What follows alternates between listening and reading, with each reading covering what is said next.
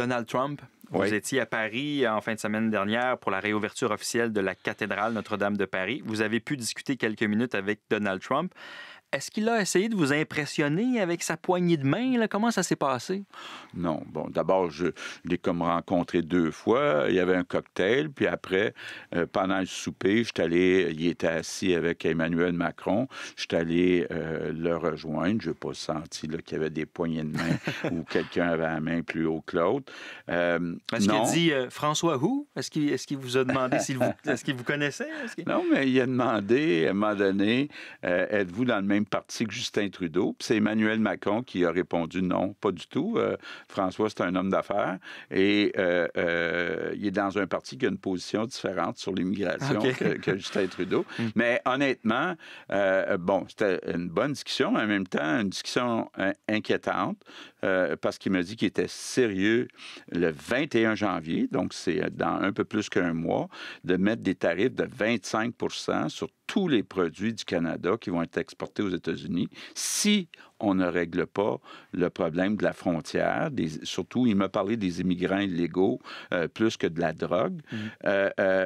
Donc, je ne sais pas si vous pouvez imaginer, là, mais 25 % de tarifs sur tous les produits exportés, oui, on parlerait d'une récession, puis on parlerait d'impact très grave. Il semble y avoir 2 approches parmi les premiers ministres des provinces. Il y a la vôtre où vous vous dites qu'il faut tout faire pour éviter les tarifs. Il faut sécuriser la frontière, avoir un plan ambitieux, le présenter à Trump qui accepte ce plan-là.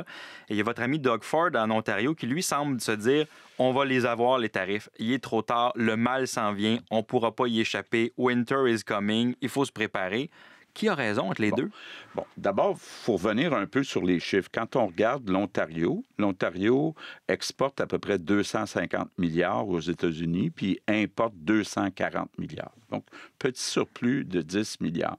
Par contre, quand on regarde l'ensemble du Canada, il y a 600 milliards d'exportation du Canada vers les États-Unis, puis 400 milliards d'importation. Donc, si on part une guerre de tarifs, on aurait plus à perdre qu'à gagner, finalement. Bon, M. Ford disait on devrait cesser d'envoyer de l'énergie aux États-Unis. Bon, nous, on envoie de l'électricité. L'Alberta, Saskatchewan envoie du pétrole et du gaz. Moi, je pense qu'il faut tout faire pour déposer un plan pour sécuriser les frontières.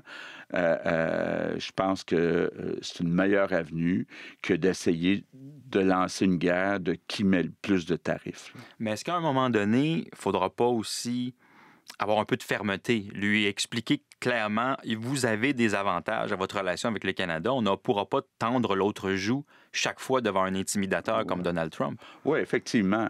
On ne peut pas non plus dire on va accepter n'importe quoi de Donald Trump. Mais là, pour l'instant, ce qu'il nous demande, c'est de sécuriser les frontières. Puis on le sait qu'actuellement, il y a à peu près un peu plus que 1000 personnes par mois qui sont appréhendées pour passer illégalement la frontière du Canada vers les États-Unis. 80 % de ces illégaux passent du Québec vers les États-Unis.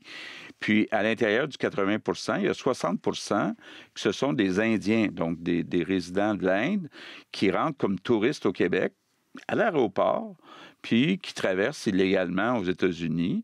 Ce que j'ai demandé à M. Trudeau et M. Miller, c'est de mettre en place des visas pour exiger un billet aller-retour, exiger un minimum d'actifs pour être sûr que ce sont des vrais touristes, puis de faire des vérifications judiciaires. Je pense que plutôt que d'insulter les gens, je pense que M. Miller, il devrait travailler sur des solutions pour sécuriser la frontière puis limiter le nombre d'immigrants illégaux.